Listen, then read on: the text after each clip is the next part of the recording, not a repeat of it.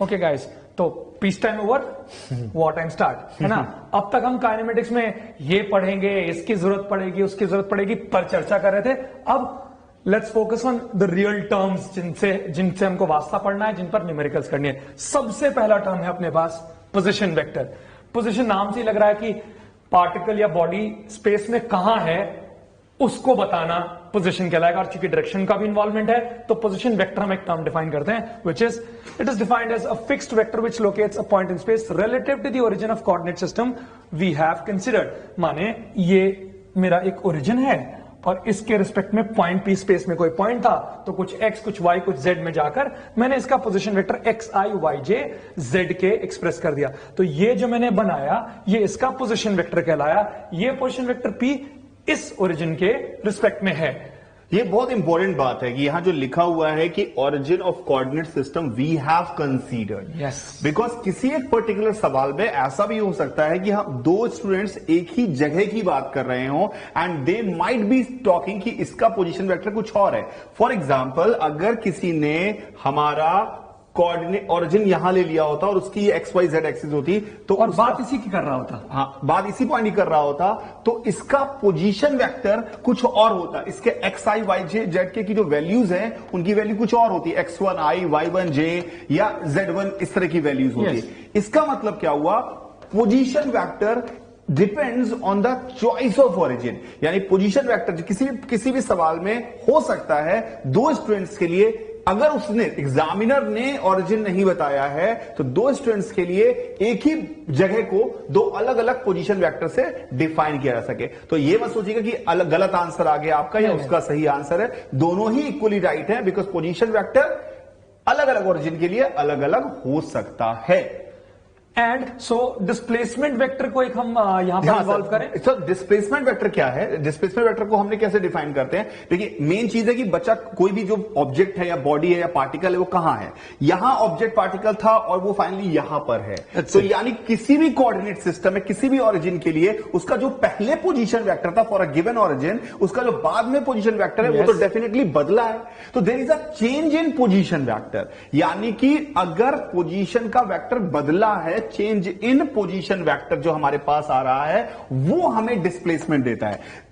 यानी अगर आपको डिस्प्लेसमेंट चाहिए तो पोजीशन वेक्टर का चेंज निकालना पड़ेगा, तो पोजीशन वेक्टर पता होने चाहिए। तो अगर हम डिफाइन करें यहां पर, जैसे यहां पर किया हुआ है इस डायग्राम में देखें, तो अगर इस कोऑर्डिनेट एक्सिस की बात करें तो इनिशियल पोजीशन वेक्टर उसका दिया हुआ आर आई, यानी कि आर आई यानी इस P1 पॉइंट की इस ओरिजिन के हिसाब से इनिशियल पोजीशन वेक्टर है, और आर एफ इसकी फाइनल पोजीशन वेक्टर है। तो आर आई से आर एफ यानी चेंज कितना हुआ, पहले आर आई था अब आर एफ हो गया, तो व्हाट इज द चेंज?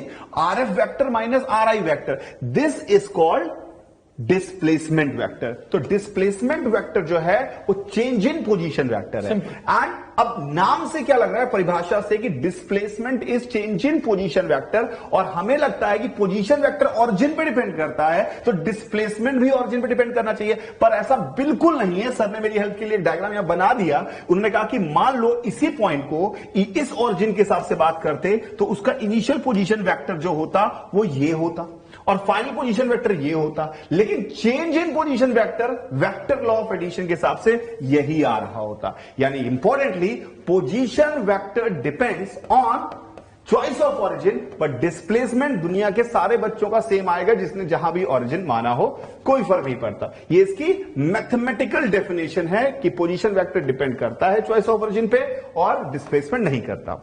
ठीक है, अब अगर हम इस डिस्प्लेसमेंट को फील करने की कोशिश करें, डिस्प्लेसमेंट का क्या मतलब है, तो अगर आप देखें इस वर्ड में डिस्प्लेसमेंट है, डिस्प्लेसमेंट यानी प्लेस का बदलना, यानी प्लेस का बदलना, यानी अगर प्लेस बदला होगा, यहां था और यहां आ गया तो डिस्प्लेसमेंट हुआ। मेरी बात समझ में आ रही है? यही था, घूम के यहीं आ गया तो डिस्प्लेसमेंट 0 है। बिल्कुल। तो एक बात बहुत इंटरेस्टिंग आई सर कि ये घूम के यहां आया तो डिस्प्लेसमेंट 0 है पर मोशन किया है। Exactly. इसका मतलब है कि 0 displacement does not guarantee that there was no motion, but displacement guarantee there was a motion.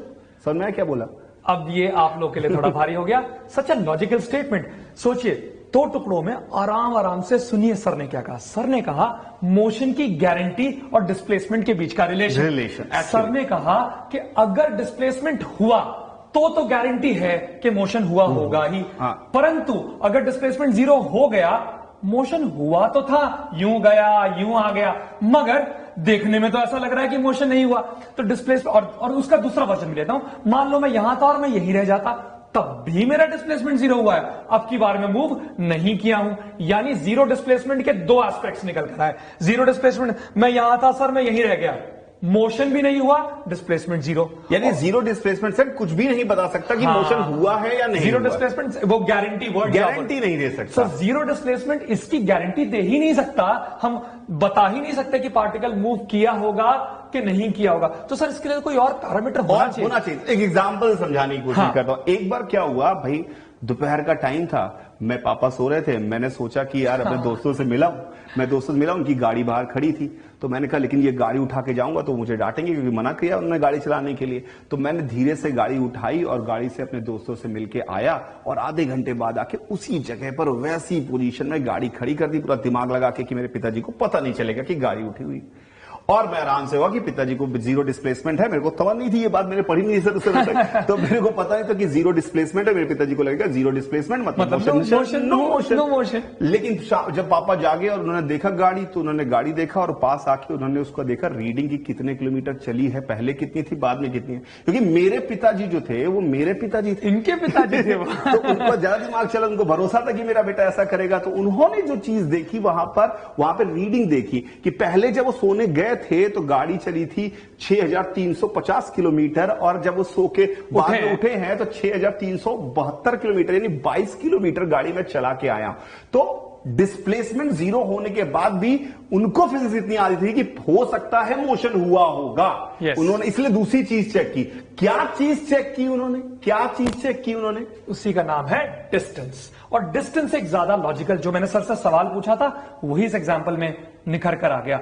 मैंने सर से पूछा था कि सर जब हम इस बात में फंसी गए कि डिस्प्लेसमेंट 0 हमें परफेक्ट पिक्चर दे नहीं रहा है, पर मोशन होना ना होने के लिए कुछ तो हमें जानना जरूरी होगा, और वो कुछ का नाम निकल कर आया डिस्टेंस, यानी लेंथ ऑफ पाथ। यानी सर इसका मतलब आप कह रहे हैं कि डिस्टेंस जो है वो करेक्ट पैरामीटर है to find out if there is a motion और नो मोशन। यस, अगर वो सर की उसी लंबी स्टेटमेंट का एक दूसरा वर्जन बनाए तो यहां पर मैं ये कह सकता हूं, जैसे वहां वो बताया ना 2 केसेस बन गए, यहां तो सरल बात हो गई। यहां मैं बोलूंगा कि डिस्टेंस अगर नॉन जीरो है तो, यानी आप कह रहे हैं डिस्टेंस अगर है तो ये गारंटी कर रहा है मोशन है। एग्जैक्टली, डिस्टेंस है तो मोशन है, और no distance means no motion. ये हो गया वो गारंटी जो मैं आपसे पूछ रहा था। क्या फिजिक्स में कोई ऐसा टर्म है? Here's your term, distance is the term जिससे हम एग्जैक्टली बता सकते हैं कि मोशन हुआ है या नहीं हुआ। शायद ये भी एक कारण होगा कि डिस्टेंस नेगेटिव हो ही नहीं सकता। डिस्टेंस नेगेटिव नहीं हो सकता अदर देन द फैक्ट्स कि वो स्केलर और वेक्टर वाली प्रॉपर्टीज हम पढ़ते हैं, बट लॉजिक से तो मुझे यही लग रहा है डिस्टेंस नेगेटिव नहीं हो सकता। यानी 0 मतलब नो मोशन, नॉन 0 मतलब यानी पॉजिटिव मतलब मोशन हुआ, नेगेटिव की तो पॉसिबिलिटी। बिल्कुल सही बात है ना। अब मैथमेटिकली अगर मैं देखूं और मैंने जो डेफिनेशन लिखा उस तरह से देखूं तो लेंथ ऑफ पाथ कवर्ड, मान लीजिए ए कोई लोकेशन थी, वहां से किसी भी रैंडम पाथ में एक बंदा चलकर बी तक पहुंचा। ये जो शॉर्टेस्ट लाइन मैंने ज्वाइन करी, या सिंपली कहूं फाइनल पोजीशन और इनिशियल पोजीशन के बीच का जो ये गैप है, इस गैप को डिस्प्लेसमेंट बोलते हैं। लेकिन ये जो मैंने डॉटेड लाइन बना के दिखाई है, इस पाथ पर मूवमेंट हुआ था, तो इस पाथ के लेंथ को डिस्टेंस बोलते हैं। देखिए, ए से बी जाने के हजारों रास्ते हो सकते हैं, बिल्कुल सर। यानी डिस्टेंस ए से बी के बीच में डिस्टेंस कवर्ड की हजारों वैल्यूज हो सकती थी, मगर ए से बीच की डिस्प्लेसमेंट यूनिक है, इज इन लाइन विद जो हम लोगों ने अभी प्रीवियसली थोड़ी देर पहले डिस्कस किया था कि 2 पोजीशंस के बीच का जो डिस्प्लेसमेंट है वो सबों के लिए भी सेम है, और वो इतना बढ़िया यूनिक वैल्यू है। लेकिन इन्हीं के बीच में मैं शायद किसी और पाथ पर गया होता तो कुछ और डिस्टेंस होता। हालांकि अगर मैं इसी पाथ पर गया होता तो डिस्प्लेसमेंट डिस्टेंस शायद बराबर भी रहे होते। इसीलिए यहां पे इक्वलिटी का साइन एग्जैक्टली, ये इक्वलिटी का साइन उसी को हाईलाइट करने के लिए कि जो तमाम तरह की डिस्टेंसेस 2 पोजीशंस के बीच में हो सकती थी। डिस्टेंस ट्रैवल्ड, सर मैं जान के डिस्टेंस ट्रैवल्ड बोल रहा हूं। I would like to bring a word here, distance travelled and distance between 2 positions. Okay, ये बहुत ही इंपॉर्टेंट बात आपने उठाई सर, क्योंकि जब वो बोलेगा कि डिस्टेंस बिटवीन 2 पॉइंट्स की बात कर रहा होगा तो don't assume it is a path length. Exactly, वो बोल रहा है इस पॉइंट से उस पॉइंट के बीच का डायरेक्ट डिस्टेंस, मतलब वो एक्चुअली उनके बीच का गैप, यानी मैग्नीट्यूड ऑफ डिस्प्लेसमेंट टाइप की चीज ही पूछ रहा है। उसी तरह की कोई नहीं, चीज कुछ हद तक नहीं, वही बिल्कुल सही कह रहे हैं आप, क्योंकि ये बात मतलब अंग्रेज फिजिक्स से अंग्रेजी में फंस जाने वाली बात जैसी हुई, क्योंकि डिस्टेंस हम इतना सुन लेते हैं कि हम लोग लेंथ ऑफ पाथ वाले परिभाषा में फंस जाते हैं। आप लैंग्वेज का भी ध्यान रखें, क्या कह रहा है वो। अगर वो बोलता कि in a particular question what is the distance between A and B, अब distance between A and B होने के लिए distance travelled between A and B भी नहीं होना जरूरी। बिल्कुल। Distance between A and B का मतलब उन दोनों के बीच की दूरी, उन दोनों के बीच का गैप, और एक होता है कि मोशन के थ्रू, मतलब कि ए से बी वो इस पाथ पर गया, इतना in that case distance travelled word will be distance travelled word. तो distance travelled is another term and distance between two bodies is another term. ये आप ध्यान रखिएगा, ये फिजिक्स और अंग्रेजी में मैसअप ना कर जाए उसलिए। और कई बार जैसे अगर मैं मोटा मोटा समझने की कोशिश करूं कि आपने को लगता हो कि सर ये यहां से यहां किसी को जाना थी, ये सब फालतू रास्ते क्यों तय कर रहे हैं, वो तो ऑब्वियसली जैसे रोड पे, जैसे मुझे दिल्ली से बैंगलोर जाना हो तो ऑब्वियसली मैं थोड़ी सीधे घर रास्ते एक बार तोड़ता हुआ चले जाऊंगा, तो obviously distance will be different. लेकिन अगर जैसे एयर में चल रहे हैं तो इन दैट केस अगर वो न्यूमेरिकल के लिए बड़ी खास बात है, अगर उसका थोड़ा सा भी दिमाग चलता होगा तो वो आदमी ऐसा तो नहीं कहेगा कि एयर में खाली रास्ता है तो वो ए टाउन से बी टाउन पे जा रहा होगा तो घूम फिर के जाएगा। तो कई बार वो बोलेगा distance between to town is this much, और कोई एरोप्लेन से गया हुआ है, और हो सकता है कि वो लिख दे कि ट्रेन डिस्टेंस इज डिफरेंट। कई बार सर गूगल मैप में भी अपन देखते हैं अलग ही आता है, बिल्कुल सही रोड डिस्टेंस अलग आता है, ट्रेन डिस्टेंस अलग आता है, जबकि दोनों शहर तो दोनों सेम शहर से सेम शहर जाना है, बिल्कुल भी अलग अलग आता है। और जब हम कोई एयर पाथ बोलते हैं, अब इसमें भी अगर कोई यूं कहे कि सर मान लीजिए उसको हॉल्ट करना पड़ा, ऊपर नीचे जाना पड़ा, that's all fine, but general air path जब हम लोग बोलते हैं तो उसका मतलब होता है कि एक से दूसरे direct distance between them, that's air path. ये आपको न्यूमेरिकल्स में ये वर्ड्स आए तो इन पे ध्यान रखेंगे। ओके, कुछ एग्जांपल्स ले लें सर। हाँ सर, बिल्कुल सर। एक बड़ा सिंपल सा एग्जांपल लिया मैंने अपना नॉर्मल XY कोऑर्डिनेट सिस्टम पर। It's a particle goes along a circular path of radius 10 metres from some point A to point B, और इनके कोऑर्डिनेट्स हमको मालूम ही है। अब इनके कोऑर्डिनेट्स अगर मैं देखूं तो ये इनिशियल पॉइंट से मार्क कर दिया मेरे को, और 10 मीटर के सर्कुलर पाथ पर इस पाथ पर ट्रेवल किया है, ये भी 10 और ये भी 10। अब मुझे बोला गया कि direction and magnitude of displacement and distance along path AB। अब डिस्टेंस अलोंग पाथ AB वो जो पाथ ट्रेवल किया था, मुझे और यहाँ पे शायद अगर वो डिस्टेंस ट्रेवल्ड भी लिख देता तो मतलब भी चलता, तभी यही मतलब क्योंकि उसको पाथ बोलने की हमने एडिशनल इन्फॉर्मेशन दे दी, पहले से लिख दिया है। लेकिन यहाँ पे ये क्लियर किया गया कि अलोंग पाथ, तो लैंग्वेज में हमने पहले बात बताई कि कोई भी सवाल इंपॉर्टेंट होता है उसकी लैंग्वेज, अगर आपने लैंग्वेज ढंग से समझ ली सवाल की तो सवाल वैसे ही सॉल्व हो जाए। हाँ, अब जब डिस्प्लेसमेंट की बारी आती है तो हमारी परिभाषा थी final position minus initial position. क्यों ना पोजीशन वेक्टर लिख लें। अगर मैं RA जो कि मेरा जो सर ने I मार्क किया, इसको मैं लिखूं तो ये I डायरेक्शन में सिंपल 10 I कैप, और जो मेरा फाइनल है B उसको मैं RB को मेंशन कर दूं तो ये है 10 J कैप। डिस्प्लेसमेंट वेक्टर अगर मैंने निकालना है तो फाइनल माइनस इनिशियल जो कि मेरा है RB minus RA, that turns out to be 10 J cap minus 10 I cap. अब आप कहेंगे सर इसने तो डायरेक्शन और मैग्नीट्यूड अलग अलग पूछा है। By the way this takes into account both of them. Vector लिखने का मतलब मैंने दोनों बातें बता दी हैं, पर फिर भी किसी को अलग अलग निकालना है तो जैसे इसका मैग्नीट्यूड निकालते हैं। अगर आपने मैग्नीट्यूड निकालना है तो A² + B² 10√2, और डायरेक्शन निकालनी है तो उसका यूनिट वेक्टर निकाल लीजिए, इसी से डिवाइड कर दीजिए। सो कॉल्ड डायरेक्शन इसका हो जाएगा 1/√2 J cap minus I cap. अगर पिछले हमारा पॉइंट्स आपको याद हो, तो जब हम वेक्टर्स बता रहे थे, so we called this direction the unit vector. और इसी जो सर ने बोला, अगर हम चाहें तो इस डिस्प्लेसमेंट को जैसे सर ने समझाया, हम पहले वाला तरीका जो था कितना और किधर यानी इसमें लिखा हमने 10√2, what is the unit taken metre. आपने सर एकदम क्लियर करा था कि मैग्नीट्यूड में यूनिट लिखना जरूरी है, वो 10√2 मीटर, और इसका यूनिट वेक्टर क्या हो गया J/√2, my mistake, J/√2 minus I/√2। तो J/√2 माइनस I/√2 इसका यूनिट वेक्टर हो गया। फाइन, तो ये इस सिंपल से सवाल। और डिस्टेंस ट्रेवल्ड ये 1/4 ऑफ अ सर्कल है सर। व्हाट अ सर्कल है, अब ये तो आपको पता होगा ना भाई, सर्कल का पेरीमीटर कितना होता है। तो अगर मुझसे डिस्टेंस पूछा जाता, पूरा perimeter 2πr, this is 1/4, so like πr r/2 if I am right. ये भी अगर आपको कराना पड़े तो आप ऐसे नहीं कराएंगे हम कि आप ये मत सोचिए कि हम लिखेंगे 2πr डिवाइड बाई 4, 2 1 जा 2, 2 2 जा 4। लेकिन सर ने तुम्हें बेवकूफ मान ही लिया क्योंकि उन्होंने इनडायरेक्टली बता दिया कि πr/2। भरोसा नहीं तो बाद में कहेंगे सर πr/2 कहां से आ गया, मेरे पीछे पड़ जाए। तो मैंने कहा बता ही दो भाई। तो और रेडियस हमको सर दिया 10 metre. So we put it here and we have 5 pi metres. इतना अब पाई को 3.14 वटेवर आप उसको और फर्दर सिंप्लीफाई कर सकते हैं। दैट्स योर डिस्टेंस वाला थिंग। इसमें तो डायरेक्शन की बात ही नहीं करनी थी। डिस्टेंस में कोई डायरेक्शन का मतलब नहीं। Precisely. Another simple example let's have on open ground एक मोटरिस्ट है, मैं आप पढ़ लीजिएगा इसे। बेसिकली मोटरिस्ट है, he is moving on a flat ground और एक हेक्सागोनल पाथ में उसने चलना था। Every time he was turning 60 degrees, कुछ इस तरह का। सो हर 500 मीटर बाद वो टर्न कर रहा था और वो टर्न करके इवेंचुअली ही हैड टू बी देयर, पर वो ये पाथ बार बार रिपीट करता जा रहा था। ऐसा कुछ मोशन था। That's what it's written here. अब सवाल पर आते सीधे, निकालना क्या है? Compare the magnitude of displacement with the total path length covered by the motorist in each of the 3 cases. अब 3 केसेस थे ये, 3rd, 6th और 8th टर्न पर कितना डिस्प्लेसमेंट हुआ था। हाँ सर, इसमें एक और बात, कई बार आपको लगता है कि सर इसने बताया तो है नहीं कहां से शुरू किया है। Yes. तो शायद ये इतना इंपॉर्टेंट भी नहीं है। आप जहां से चाहे वहां से शुरू हुआ मान ले, क्योंकि आप किसी एक पॉइंट, क्योंकि फर्स्ट टर्न तो तभी, जब भी आपने मोशन होगी एक ही जैसा मोशन जब रिपीट कर रहा है तो starting from a given turn, कोई भी एक टर्न है आप मान लें, आप यहां पर देख सकते हैं, आपने मान लिया यहां से, फॉर एग्जांपल इससे मान लेते हैं कि यहां से स्टार्ट किया। तो इस पॉइंट से स्टार्ट किया तो ये हमारा क्या हो जाएगा? फर्स्ट टर्न, ये हो जाएगा सेकंड टर्न, ये थर्ड, मैं मार्क कर देता हूं, ये थर्ड, ये फोर्थ, ये फिफ्थ, और यही जहां पे स्टार्ट किया था वही 6th टर्न रहेगा।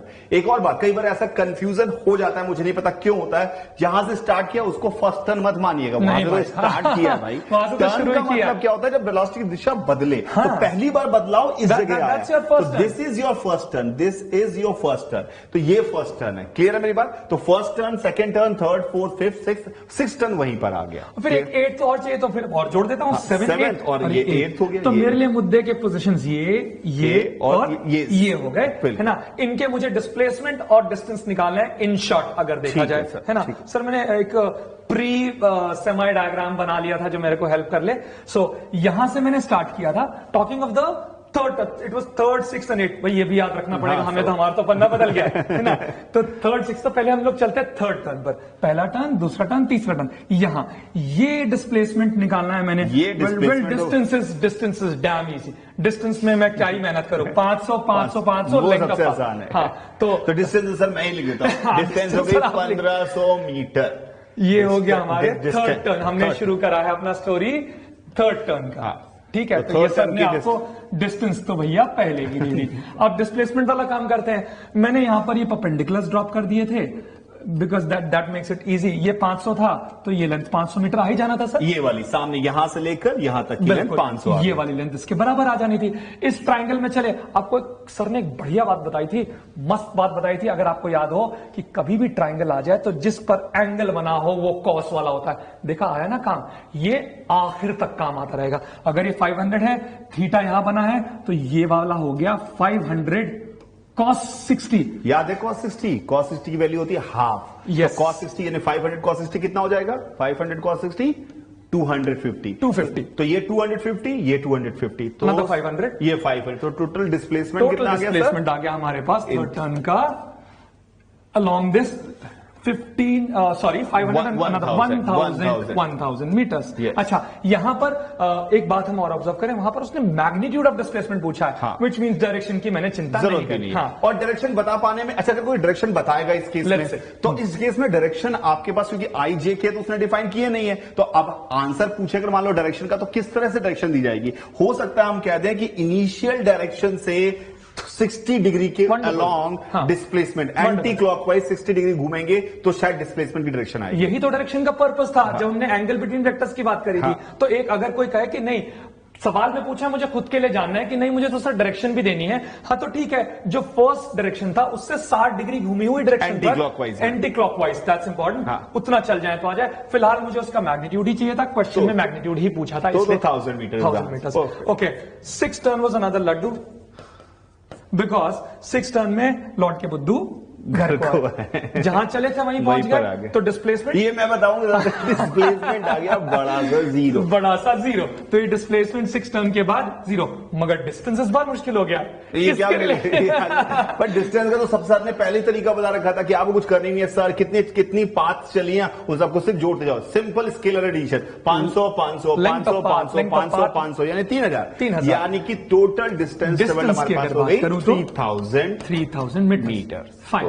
अब इसके बाद 8वें टर्न का पूछा था, सो लाइक 6 तो हमने कवर कर लिए, 6 के बाद 7वां ये हुआ और छठा ये था, 7वां ये 8वां टर्न हमारे को ये यहां तक का देखना है। अब अगर मैं डिस्प्लेसमेंट और डिस्टेंस में तो फिर सर वही वाला मॉडल, डिस्टेंस तो फिर से सर कितना आ गया, डिस्टेंस इसका मैं यही लिख देता हूं सर, आप यहां पे लिख दीजिएगा, डिस्टेंस हो गया 1000 मीटर। यस, है ना। तो डिस्टेंस की अगर मैं बात करता तो डिस्टेंस तो 8th वाले में हो गया 1000 मीटर।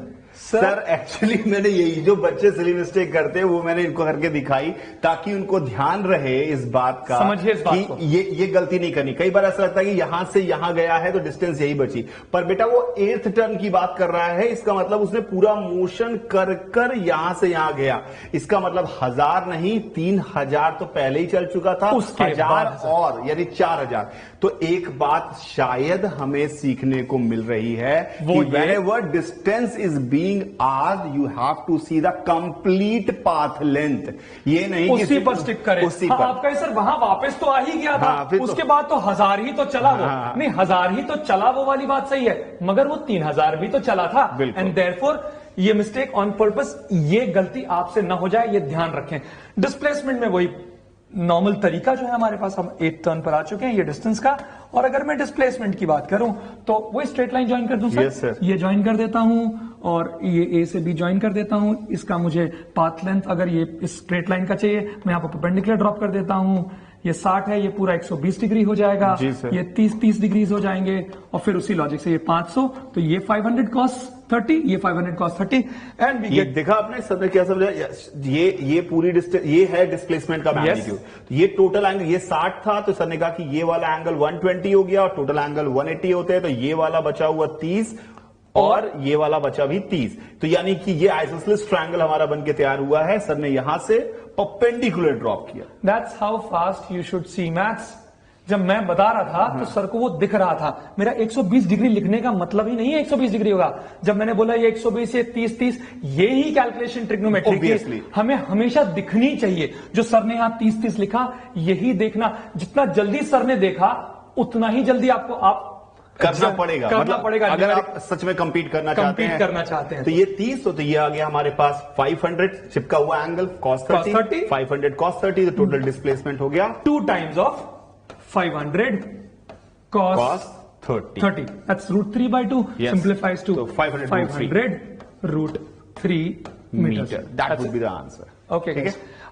एक और सवाल लें सर। हाँ, वो आपका एक बड़ा फेवरेट सा सवाल है। थोड़ा सा इस चीज को थोड़ा सा अपन, क्योंकि ये तो हमने ले लिए वो नॉर्मल प्रोफाइल प्रॉब्लम्स, हम लोग यहां पर सिर्फ बताना चाहते थे कि ये डिस्प्लेसमेंट, ये डिस्टेंस। अब थोड़ा क्वालिटी क्वेश्चन लेते हैं, एंड इस सवाल में सबसे इंपॉर्टेंट जो आगे, मैं इसका सस्पेंस इसलिए क्रिएट कर रहा हूं क्योंकि इस सवाल में आपको हर पैटर्न, हर चीज, इफेक्ट कॉज वाली जो बात हमने शुरू में पहले में करी थी, आपको इफेक्ट्स देखते रहना है, आपको मोशन कैसा हो रहा है वो देखते रहना है। हर चीज, एक एक इंफॉर्मेशन कैसे इंपॉर्टेंट हो जाती है किसी सवाल में, और कई बार बड़ा कॉम्प्लेक्स दिखने वाला सवाल कितना स्वीटली सॉल्व हो जाता है। That is the learning aspect you will get.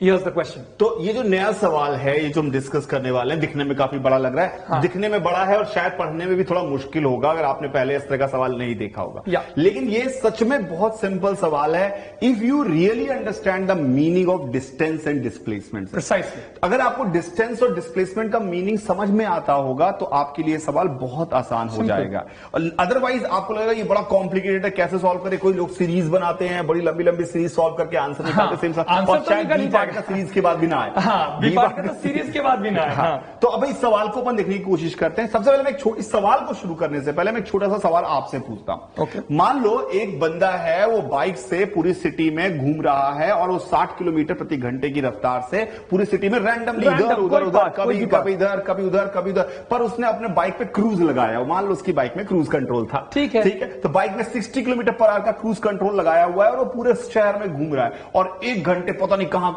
घूम के आया, 1 घंटे घूमता रहा। 1 घंटे में बताओ कितनी डिस्टेंस चली होगी? माइड यू, क्रूज कंट्रोल बोलने का मतलब पूरे टाइम उसकी स्पीड कांस्टेंट रही 60। वो कैसे रही उसकी चिंता नहीं करो, कॉज पे नहीं जाना हमें। 60 किलोमीटर पर आवर कांस्टेंट है एज सर सेड, और वो गया रैंडम पाथ। और अब सर के सवाल पर ध्यान दो। अब वो 1 घंटे में कितना चला ये सवाल पूछा गया। तो ये अगर मैं सवाल किसी लेमैन से भी पूछूं, वो कहेगा ये क्या बकवास कर रहे हो तुम लोग, ये पढ़ते हो फिजिक्स में कि 1 घंटे 60 किलोमीटर प्रति घंटे की रफ्तार से चल रहा है, तो 1 घंटे में 60 किलोमीटर ही चलेगा, ये कौन सी बड़ी बात है? कौन सी बड़ी बात लेकिन हम जो ज्यादा साइंटिफिक हो रही सर, डिस्टेंस निकालने के लिए पाथ लेंथ चाहिए होती है, शायद हम इंटीग्रेट करेंगे पाथ को। ऐसा कुछ भी नहीं करना था, एकदम बेसिक फंडामेंटल था। तो ये बेसिक परिभाषा जो आपको डिस्टेंस की समझ में आई, जो फील है आपको, उससे अगर ये सवाल को सॉल्व करेंगे तो ये शायद सवाल बहुत आसानी से सॉल्व हो जाएगा। Let's try to read this question. So one thing, the formula we used here was distance is equal to speed into time. Provided speed is constant. Provided speed is constant. जो कि हमारे सवाल में था. That is what we used. हाँ, तो इस सवाल में क्या हो रहा है कि इसमें दिया हुआ train is approaching towards the pole. एक ट्रेन है, पोल की तरफ जा रही है, ठीक है, with a constant speed of 40 metre per second. तो अगर मैं यहां पर एक डायग्राम सोचने की कोशिश करूं, तो ये हमारे पास एक ट्रेन है, छोटी सी बना दी, कोई फर्क नहीं पड़ता, ये पोल है, and this train is moving towards the pole with a speed 40 metre per second. 40 metre per second से जा रही है ऑन स्ट्रेट ट्रैक में जा रही है, क्योंकि अभी हम 1D मोशन की ही बात कर रहे हैं, तो स्ट्रेट ट्रैक में ही जा रही है। अब बर्ड स्टार्ट फ्रॉम द पोल, यहां से एक बर्ड स्टार्ट करती है इस पोल से, and when the train is at a distance of 80 metre from the pole, यानी ये डिस्टेंस जो हमारे पास है ये 80 मीटर दे रखा है। जब ये इस सिचुएशन ये हमारा t इक्वल टू 0 है, तो t इक्वल टू 0 को भी क्लियर कर देते हैं। ये भी जान लें आप। t इक्वल टू 0 का मतलब ये नहीं होता किसी दुनिया जब बनी थी। t इक्वल टू 0 हर सवाल में वो समय होता है, मेरे सवाल का जब मैंने देखना शुरू किया, जब मेरा सवाल की कहानी स्टार्ट हो रही है, जब मेरे सवाल की कहानी स्टार्ट हुई वो t0 है। हाँ, तो t इक्वल टू 0 पे जब ये बर्ड स्टार्ट कर रही है मूव करना, तो ये डिस्टेंस 80 मीटर थी, and bird moves towards the train. ये बर्ड जो तो ट्रेन की तरफ मूव करती है and reaches up to engine. Obviously ये तो शायद हमें पता है कि बैकवर्ड ट्रेन नहीं चल रही है, मान के चल रहा हूं कि इंजन इसका फॉरवर्ड में, यानी ये वो पॉइंट है जहां से बर्ड यहां से यहां पहुंचती है, इस जगह पहुंचती है। ट्रेन भी चल रही होगी, ट्रेन भी चल रही होगी, पर मैं एनिमेशन तो नहीं बना सकता पेन से, तो ऑब्वियसली ट्रेन को मैंने वहीं दिखाया हुआ है। तो ट्रेन भी चल रही है और उसके बाद यहां से टर्न लेती है। टर्न लेने में ट्रेन को, बर्ड को समय नहीं लगता। सुपर बर्ड है वो। हाँ, अब तुम चिंता करोगे सर ऐसे कैसे कि टर्न चलते, यू टर्न कैसे निकालने लगी? अरे नहीं लिया भैया, मैंने कह रहा हूं नहीं लिया, मेरा सवाल है, मैं बताऊंगा क्या हो रहा है। तो ये बर्ड ने यहां से तुरंत टर्न लिया और वो फिर पोल पर आई। पोल पर आई ये बर्ड, यहां पे पोल पे पहुंची, फिर इसने यहां से स्टार्ट किया, फिर टर्न लिया, फिर से यहां पहुंची। यहां तक क्यों दिखाया? क्योंकि ट्रेन आगे बढ़ गई, आगे बढ़ गई। तो ये फिर ऐसे, ये फिर ऐसे, ये फिर ऐसे, ये फिर ऐसे चलती रही, goes back to the pole and continue this to and fro motion until train reaches to the pole. जब तक ट्रेन पोल पर पहुंच नहीं जा रही तब तक ये मोशन किया।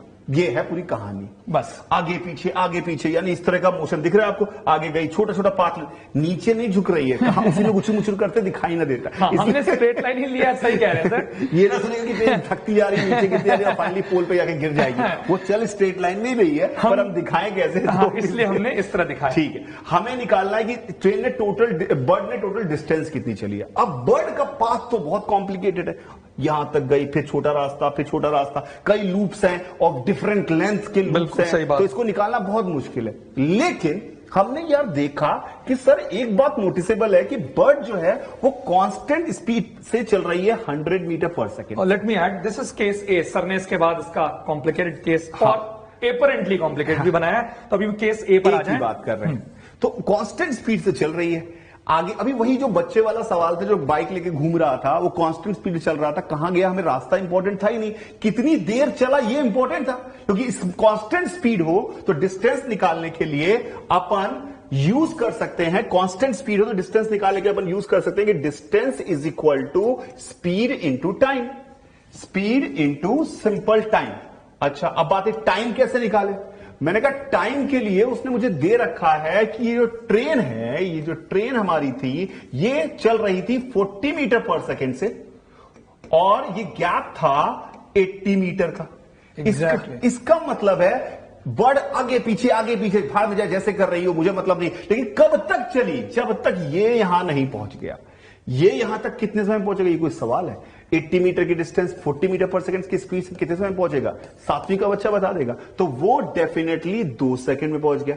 तो अब मैं आपसे सवाल पूछ रहा हूं, सवाल बदल रहा हूं, मैं बोल रहा हूं एक बर्ड रैंडम रास्ते पे चल रही है कांस्टेंट स्पीड 100 मीटर पर सेकंड से और वो 2 सेकंड तक चलती रही, बताओ उसने कितनी डिस्टेंस ट्रेवल की। तो आपको रास्ता मैंने रैंडम बोल दिया, ये भी नहीं, रैंडम रास्ते पे, फिर भी आपके आंसर, आपको पता है कि आंसर तो सर आएगा distance is equal to speed into time, and then the answer is definitely speed was 100 and time was 2 second. तो ऑब्वियसली आंसर आ गया 200 मीटर। तो हमारी बर्ड ने जो डिस्टेंस चली है केस ए में वो 200 मीटर चली है। देखिए रास्ता ढूंढते रहते तो पागल हो जाते। सवाल सॉल्व कई बार, इवन सर मैं भी जब पहली बार जब इस सवाल मैंने सॉल्व किया था तो मैं पूरा कॉम्प्लिकेट कर रहा था कि इधर गया फिर इधर आया चला। आदतन हमें लगता है कि सवाल दिया ही इसलिए गया है कि ना हो। हाँ, और बड़ा मुश्किल लगा, बहुत हुआ था, मैं ये नहीं कह रहा नहीं हुआ, हाँ, तो 1.5 पेज में हुआ था सर, सीरीज बन के, हाँ, सीरीज बन के सॉल्व हुआ था। सोल्यूशन देख रहे हैं, सिर्फ एक खास बात सर ने ध्यान से पकड़ी, कांस्टेंट स्पीड इनटू टाइम, और टाइम दोनों का तो सेम ही होना चाहिए। तो भैया उसने बोलेगी कि तो ये रिपोर्ट चलते रहो। तो जो टाइम ट्रेन, तो सर ने टाइम ट्रेन का इस्तेमाल किया, और सर लेकिन टाइम ट्रेन का और स्पीड चिड़िया की। सर बोला तो गया सवाल में कि exactly. चिड़िया कब तक चली है? चिड़िया तब तक चली है जब तक ट्रेन पोल पर नहीं पहुंच गई, यानी जब ट्रेन पोल पर पहुंच रही है तभी चिड़िया का मोशन भी खत्म हो रहा है। यानी दोनों के लिए सेम ही समय की तो बात की जा रही है। And these are the things you grab out from the question. ये क्वेश्चन में बिल्कुल ये नहीं देगा वहां नोट करें कि दोनों का वो आपको रीड करके समझना पड़ेगा। तो ऑब्वियसली ये एक स्टैंडर्ड सवाल था, लेकिन इसका ये तरीका आपको समझ आना चाहिए। अब इसका जो एक्सटेंड वर्जन, सर अब पीछे अब इसका बी वाले पार्ट पे बात करते हैं। इसमें थोड़ा कॉम्प्लिकेशंस बढ़े। इसमें कॉम्प्लिकेशंस क्या बढ़े, तो अब इस सवाल, अब ये सवाल शायद आपने अगर उस पहले वाले सवालों को कहीं ना कहीं देखा हो तो शायद ये ना देखा हो। तो इसमें क्या कह रहा है कि जब बर्ड चल रही है ट्रेन की तरफ, यानी कि जब बर्ड इधर जा रही है, इधर की तरफ इधर जा रही है, तो उसकी स्पीड जो है वो है 100 मीटर पर सेकेंड, और जब वो मूव कर रही है टुवर्ड्स द पोल तो उसकी स्पीड है 120 मीटर पर सेकेंड। यानी इधर जा रही है तो 100 मीटर पर सेकेंड, और जब इधर आ रही है तो 120 मीटर पर सेकेंड। यानी बर्ड की स्पीड आगे पीछे अलग अलग है। ठीक है भाई, ये सवाल आया। ये बर्ड की स्पीड आगे पीछे अलग अलग है। इधर की तरफ 100 मीटर और इधर की तरफ 120 मीटर पर सेकेंड। पक्का सवाल समझ में आ रहा है? और ट्रेन तो सर, ट्रेन तो अपना फिक्स 40 मीटर पर सेकेंड चल रही है। अच्छा बताइए, बर्ड ने स्पीड बदल दी, अब वही सेम सवाल है। अब बताओ इस बार मोशन में टोटल टाइम कितना मिलेगा? मोशन में इस बार टोटल टाइम कितना मिलने वाला है? अरे मोशन में अभी सर ने समझाया था कि सवाल पढ़ो, मोशन में टोटल टाइम चाहे बर्ड चाहे किसी स्पीड से चले, मोशन तब तक है ना जब तक ट्रेन ने पोल तक पहुंचना है। टोटल टाइम तो गारंटी के साथ जो सर ने यहां लिखा हुआ है 2 सेकेंड, ये एकदम पक्का है। चाहे केस ए हो या केस बी हो, टोटल टाइम तो हमारे पास 2 सेकेंड ही होने वाला है। ठीक है, लेकिन सर अब समस्या यह है कि कांस्टेंट स्पीड नहीं है, अब क्या करें? चिड़िया की अब मल्टीप्लाई तो नहीं कर सकते, तो अब क्या करें? तो बेटा इसमें थोड़ा सा हमें क्या ध्यान रखना है, इसमें हमें दूसरा शब्द जो हमने पढ़ा था उसका भी याद रखना है, वो है डिस्प्लेसमेंट। ओके, तो बर्ड सर ने जो मोशन दिखाया था, चिड़िया यूं गई यूं आई यूं गई यूं गई, ये कई ऐसे करते हुए यहां पे पहुंची, यानी उसी जगह पे, ऑब्वियसली नीचे नहीं आ रही। फिर से बोल रहा हूं, चिड़िया ने जहां से मोशन स्टार्ट किया वहीं पर खत्म किया। इसका मतलब क्या हुआ? इसका मतलब यह हुआ कि displacement of bird is 0। Finally displacement of bird is 0। Displacement 0 का क्या मतलब हुआ? स्ट्रेट लाइन में कोई चल रहा है, डिस्प्लेसमेंट 0 है, इसका मतलब जितना, सर मैं कह सकता हूं जितना वो फॉरवर्ड चल रही है, क्या उतना ही बैकवर्ड चल रही है? यही होना चाहिए सर, क्योंकि अगर कोई बोला मैं यहीं से स्ट्रेट लाइन चल के वहीं आ गया, तो जितना मैं फॉरवर्ड चला आपके पास आया, फिर उतना ही मैं पीछे जाऊंगा। यानी फॉरवर्ड डिस्टेंस और बैकवर्ड डिस्टेंस बराबर चलिए, तभी 0 होगा। ओके, और क्या सर फॉरवर्ड डिस्टेंस जब भी चल रही है उसकी स्पीड फिक्स है? यस इट इज, और that is 100 metre per second, और जब बैकवर्ड डिस्टेंस चल रही है उसकी स्पीड 120 मीटर पर सेकेंड। बिल्कुल सही बात है। यानी अब हमें थोड़ा सा सोचना पड़ेगा। हमें क्या पता चला? As distance forward is equal to distance backward. Okay, distance forward is equal to distance backward, और इस तरफ स्पीड उसकी है, फॉरवर्ड में उसकी स्पीड है 100 मीटर पर सेकेंड, और बैकवर्ड में उसकी स्पीड है 120 मीटर पर सेकेंड। बिल्कुल, ये, और टोटल टाइम है 2 ही सेकंड लगा। ओके, तो सर आप इंप्लाई करना चाह रहे हैं क्यों ना मैं T1 T2 2 टुकड़े कर लूं? कहीं ऐसा तो नहीं सर 1-1 सेकंड चलिए? नहीं सर, क्योंकि स्पीड अलग अलग है। हाँ, तो जब सर ने क्या बात बोली, हमें पहली बार मुझे लगा कि अच्छा मतलब फॉरवर्ड बैकवर्ड दोनों एक ही सेकंड ले लो, पर सर ने कहा कि दोनों तरफ अलग स्पीड से सेम डिस्टेंस चली है, इसका मतलब है कि समय अलग अलग होगा। यानी दोनों का समय एक एक सेकेंड नहीं होगा। तो आपने कहा कितना होगा, मैंने माना इसका समय है t, तो इसका कितना समय चलेगा 2 - t। क्यों t 2 - t? क्यों? क्योंकि t समय चला है कांस्टेंट स्पीड 100 से और 2 - t चला है हमारा 120 से। ये सर ने क्या लिख दिया, ये सर ने क्या इक्वेशन लिख दी, ये सर ने इक्वेशन लिखी 100t = 120 × 2 - t। ये क्या लिखा सर ने, लिखा यही फॉरवर्ड डिस्टेंस बराबर बैकवर्ड डिस्टेंस। अगर हम इसको सॉल्व करेंगे तो हमारे पास क्या आ गया, 220t = 240। एग्जैक्टली। अभी थोड़ा मैथ्स अपना तेज करिएगा। 220t = 240 यानी कि 12/11 सेकेंड। यानी कि फॉरवर्ड चली 12/11 और बैकवर्ड चली 2 - 12/11 विच इज 10/11। 10/11 तो 10/11 12/11। तो आपने कहा सर क्या करें, सवाल तो था टोटल डिस्टेंस। आप ये क्या निकाल रहे हो, बोल ज्यादा रहा हूं, सवाल है आसान, बोलना ज्यादा पड़ रहा था कि समझाना पड़े, लेकिन सवाल बहुत आसान है। तो इसका मतलब 12/11 इसने फॉरवर्ड चली। अब फॉरवर्ड, अब इसने पूरा डिस्टेंस, तो अगर मुझे फॉरवर्ड डिस्टेंस पता है कितनी है, क्या बैकवर्ड भी उतनी होगी सर? क्योंकि वही तो हमने बराबर किया इसका मतलब इसका दुगना ही आंसर हो जाएगा, बस सीधे सीधे। तो यानी कि हमारा डिस्टेंस का आंसर हो गया 2 टाइम SF या 2 टाइम SB, डिपेंड्स, आप जो भी मर्जी आपकी निकालने की। अब SF इसलिए लिखा क्योंकि मुझे टी सीधे मल्टीप्लाई करना है। तो हमारे पास ये आ गया 2 × 100 इंटू कितना आया था टाइम, 12/11। तो 2 × 100 × 12/11 जो हमारा है इसका आंसर हो गया। तो ये हो गया 2400/11। 2400/11 मीटर। आप चाहे इसको डेसिमल में लिखना लिख लो, इतना इससे ज्यादा हम नहीं करेंगे। 2400 बहुत मेहनत कर ली। 2400/11। So the point here is, सवालों की लंबाई इंपॉर्टेंट नहीं है, सवालों में जो डेटा दिया है उसको पकड़ना इंपॉर्टेंट है, और जो थीम आपने जो फंडामेंटल बातें पढ़ी वो बहुत सही है सर। फिजिक्स में जिस आदमी को फंडामेंटल्स क्लियर नहीं होंगे, वो फिजिक्स में नए सवाल, वो होता है वो सवाल लगा ले जो होता है, ये सवाल ही दोबारा कर लें, क्योंकि हमने करा दिया। लेकिन नया सवाल वही बच्चा कर पाएगा, वही आदमी कर पाएगा जिसको फंडामेंटल्स क्लियर है। क्योंकि अगर गौर से देखो, हमने कोई नई बात नहीं इस्तेमाल करी, कांस्टेंट स्पीड इनटू टाइम वाली बात इस्तेमाल करी, पर कॉमन सेंस की बत्ती ऑन रखी। फॉरवर्ड बैकवर्ड डिस्टेंस वाली बात, दोनों को टाइम बराबर लगेगा वाली बात, ट्रेन को पहुंचने में वक्त बराबर वो लगेगा, वो चाहे कोई चीज स्पीड पर डिपेंड नहीं करता। ये पैरामीटर्स खुद ही आपको ग्रो अप करने पड़ेंगे, and only then such beautiful questions have a meaning. तो इन सवालों को, ठीक है पहली बार आप पढ़ रहे तो इसे भले 2 बार करिए, एंड एंजॉय द मैथ्स